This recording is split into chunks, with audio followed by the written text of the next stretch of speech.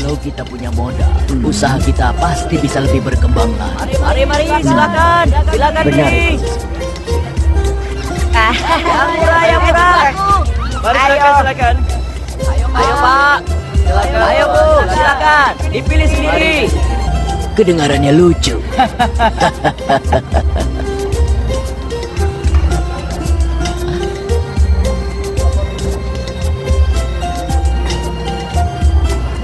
Oh,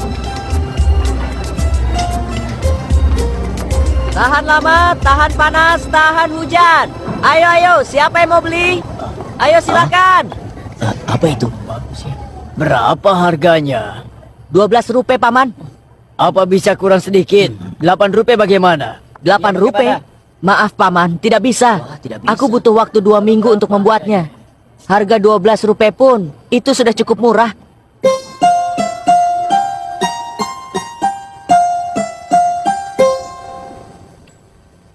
Lapar sekali.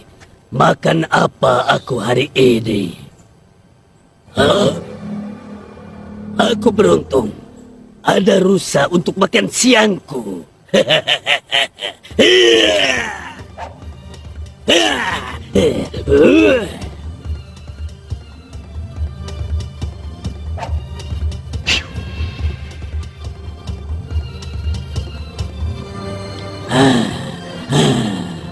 Cepat sekali rusa itu larinya.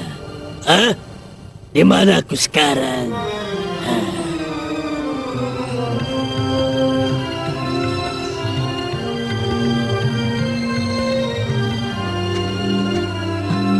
Hah? Di mana keledaiku? Tadi bukannya aku ikat di sini? Ya ampun, dia terlepas. Bagaimana aku bisa membawa pulang semua tembikar ini? Ada-ada saja. Hei Bonella, kenapa kau kelihatan bingung? Keledai milikku ternyata hilang, Velu. Sekarang bagaimana aku bisa membawa pulang semua tembikar ini? Keledai. Ngomong-ngomong soal keledai, tadi aku melihat seekor keledai yang sedang berjalan tidak tentu arahnya. Apa mungkin itu keledai milikmu? Hah? Benarkah? Keledai itu tua tidak? Kemudian ekornya tidak seperti keledai pada umumnya. Mana mungkin aku tahu. Dia berjalan menuju ke pinggiran desa, dekat dengan ladang orang tua Neni. Ladang orang tua Naini? Ya ampun, itu jauh sekali dari rumahku. Velu, bisa aku titipkan tembikar ini untuk kau bawa pulang? Besok akan aku ambil, Velu. Tidak masalah, Bonellat. Tentu saja bisa. Kau kan sudah lama mengenalku. Ya ampun, sudah mau hujan, Velu. Aku harus bergegas mencari keledaiku.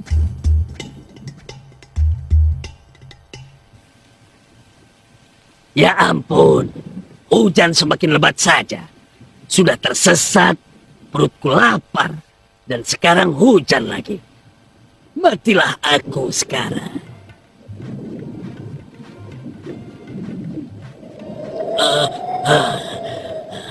Oh, dingin sekali. Bagaimana ini? Aku harus mencari tempat untuk berteduh.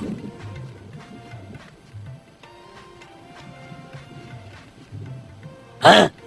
Sepertinya itu tempat yang tepat untuk aku berteduh.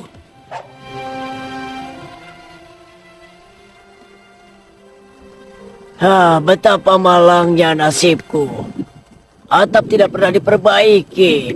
Jadi bocor saat hujan.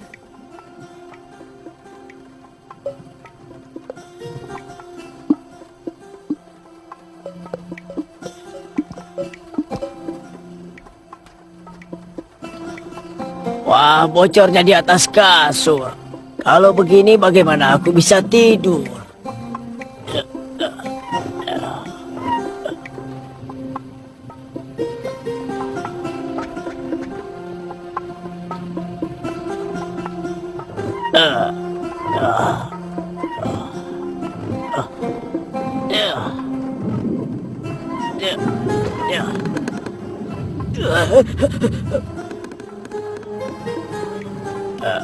Gawat kalau begini. Aku harus tidur di mana? Ada suara. Bunyi apa itu? Bunyinya mengerikan sekali. Pasti ada makhluk yang mengerikan di sini.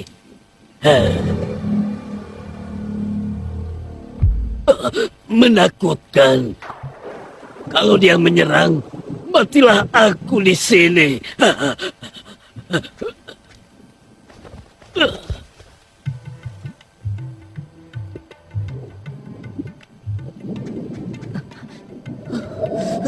Dingin sekali. Hah? Itu seperti ekor keledaiku? Hah, aku yakin itu pasti keledaiku. Menyebalkan. Awas kau ya. Tidak berguna. Mau pergi kemana kau? Menyusahkan orang saja. Aduh! Jangan melawan. Kalau kau melawan, aku akan mematahkan tulang-tulangmu. Kemudian akan aku jual dagingmu di pasar. Sekarang ikut aku pulang. Aku rasa inilah suara yang kedengarannya mengerikan itu. Aku takut sekali. Sebaiknya aku tidak melawan. Kalau tidak, ini berbahaya.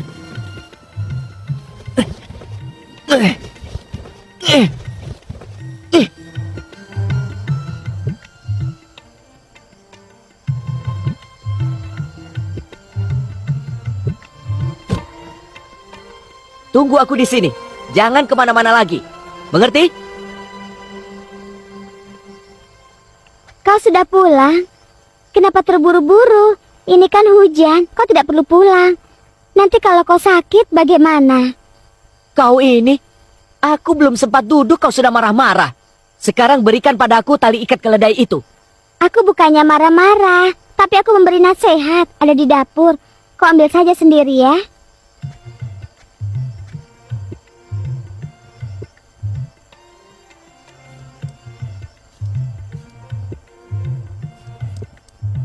Malam ini kau tidur di luar. Aku tidak mengizinkan kamu masuk ke dalam rumah. Lain kali kalau kabur lagi, aku akan menyembelihmu. Malang sekali nasibku ini.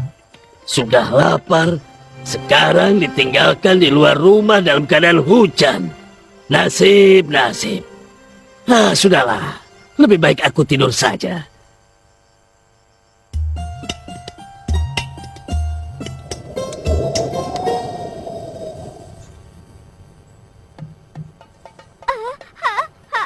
Harimau! Suamiku! Tolong!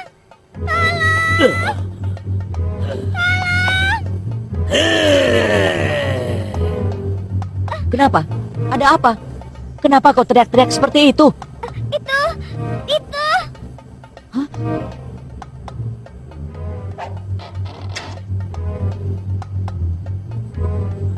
Apa? Harimau! Lari! Cepat lari! Kau tahan pintu ini! Cepat! Tapi suamiku, bagaimana aku bisa? Cepat! Jangan banyak bicara! Tahan pintu ini sebentar! Baiklah. Bergeser sedikit! Ambillah peti-peti lainnya untuk menahan pintu ini! Ayo cepat! Cepat! Kurang ajar. Aku ditangkap manusia, bukan raksasa. Kalau aku tahu dari semalam, aku tidak akan tertipu seperti ini. Suamiku, coba lihat itu. Oh, gawat ini. Aku akan ke rumah Wisnu sebentar untuk memberitahu hal ini. Suamiku, bagaimana ini? Bagaimana harimau bisa berada di depan rumah kita? Bukannya semalam yang kau ikat itu adalah keledai? Aku juga tidak yakin. Seingatku, yang kubawa pulang semalam itu keledaiku. Tidak kusangka aku menangkap harimau. Matilah kita.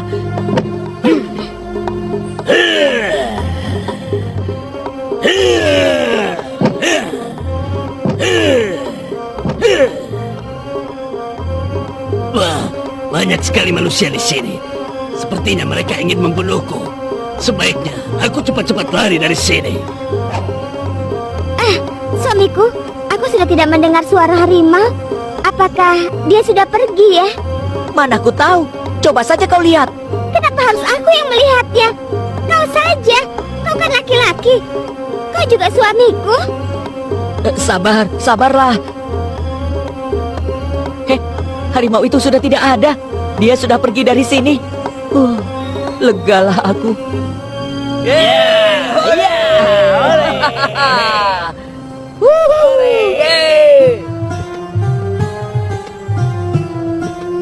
Bonelat, bagaimana kau bisa menangkap harimau itu?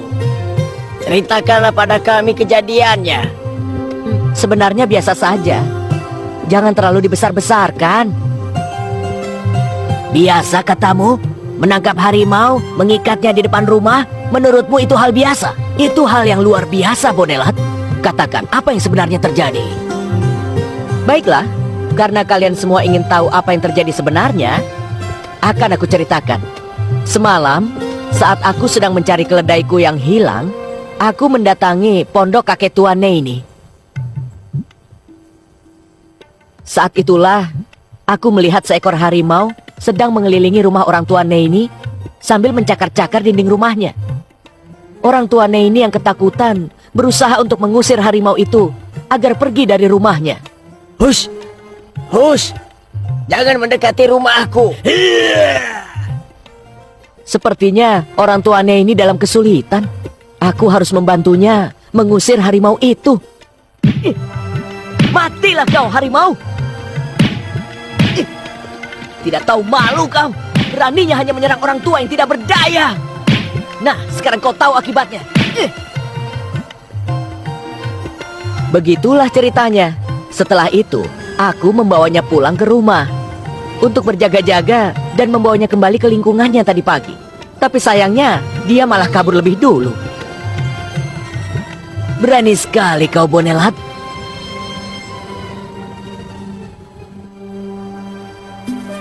Tuanku, ada kabar gembira yang ingin hamba sampaikan pada tuanku. Ada berita gembira. Cepat beritahu aku, Perdana Menteri. Hamba telah menemukan calon yang sesuai untuk menggantikan posisi Panglima Tinggi tentara negara kita. Calon ini berasal dari Kahpar, dan dari yang hamba dengar, dia sangat pemberani. Apa prestasinya sehingga dia patut dilantik sebagai Panglima tentara negara kita? Begini tuanku, menurut yang hamba dengar, dia telah menangkap seekor harimau buas hanya dengan tangan kosong. Mengagumkan. Baiklah, aku ingin orang itu dipanggil untuk menghadap aku sekarang juga. Baik tuanku.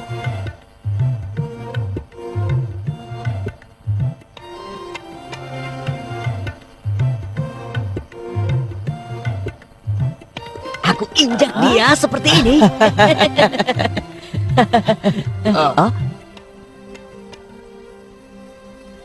Raja memanggilmu untuk menghadap ke istana.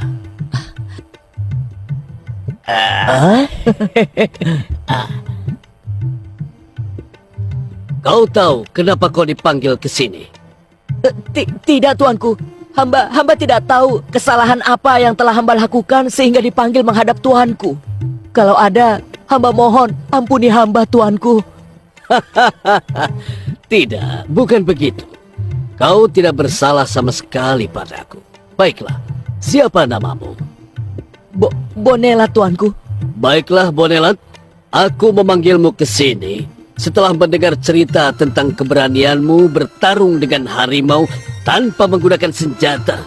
Bagiku, ini adalah sesuatu yang sangat luar biasa. Aku tidak pernah mendengar keberanian sepertimu itu. Orang sepertimulah yang sangat dibutuhkan oleh negara kita.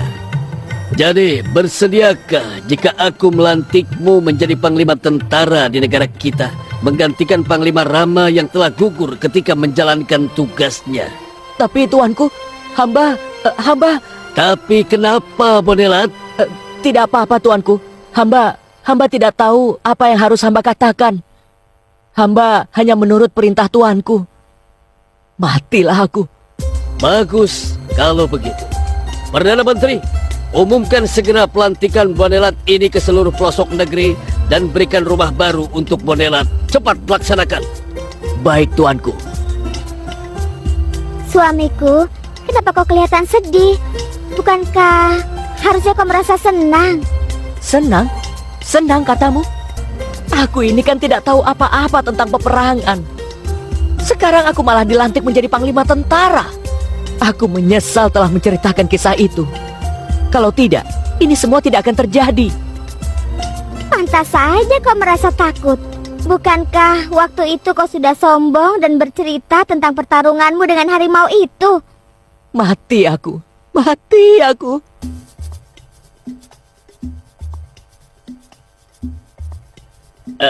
Yang mulia, Raja negara tetangga mengumumkan perang dengan negara kita. Mereka telah berkumpul di perbatasan negeri kita. Kekuatannya sekitar 40.000 bala tentara.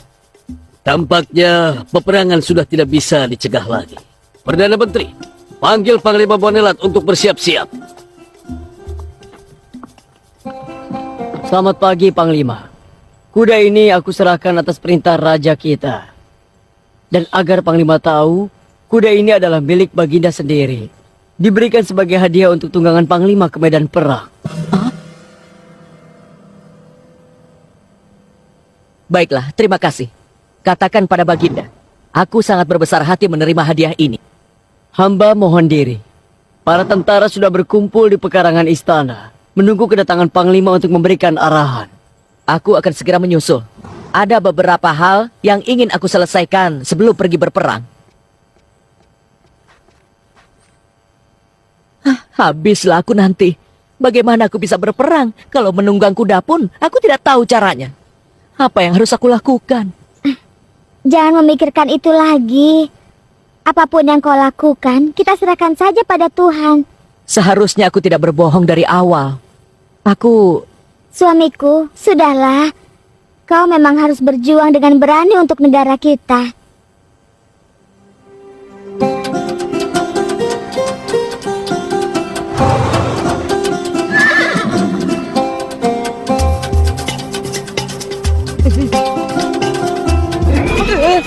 Suamiku! Kenapa ini? Tolong aku! Sepertinya kuda ini sedang menuju ke arah perkemahan musuh. Mati aku.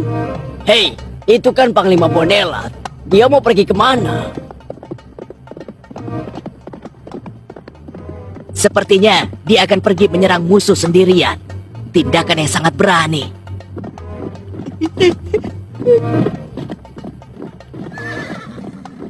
Inilah saatnya aku melarikan diri. Aku harus bergelantungan pada ranting-ranting pohon itu.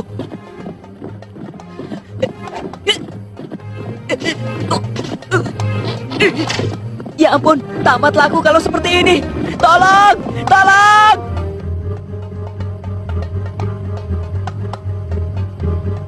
Lihat siapa itu! Sepertinya tentara yang diutus oleh negara tetangga. Bukan tentara sembarangan. Itu pasukan penyerbu pertama mereka. Kita diserang. Setan! Raja mereka mempunyai tentara setan. Gawat! Ayo lari! Lari!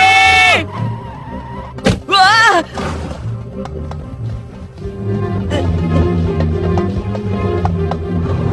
Aduh, sakit sekali. Hei, di mana pasukan lawan? Sepi sekali. Untung saja mereka tidak ada. Kalau tidak, mati aku. Kuda, kau memang cepat. Tapi gara-gara kau juga aku dapat benjolan-benjolan ini.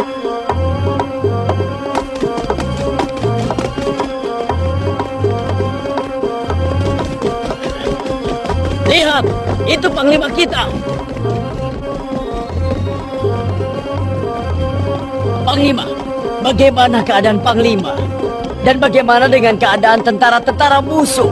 Aku tidak apa-apa. Dan semua tentara musuh juga sudah pergi. Tuan, memang benar. Pasukan musuh telah meninggalkan tempat ini. Kalau begitu, ayo kita segera kembali ke istana untuk menyampaikan berita gembira ini pada raja. Aduh, sakit. Sakit? Bukankah sekarang kau pahlawan negara? Pahlawan negara? Berikan saja aku 1 juta rupiah. Akan ku kembalikan jabatanku sebagai panglima tentara. Apa kau tidak lihat yang terjadi padaku? Aku menyesal mengarang cerita itu. Kalau orang sombong, inilah akibatnya. Makanya kalau bicara jangan sembarangan. Sakitmu ini bukan karena kau menjadi seorang pahlawan, tapi karena kau pandai menipu. Karena itu, memang pantas kalau kau mendapat balasan. Aduh!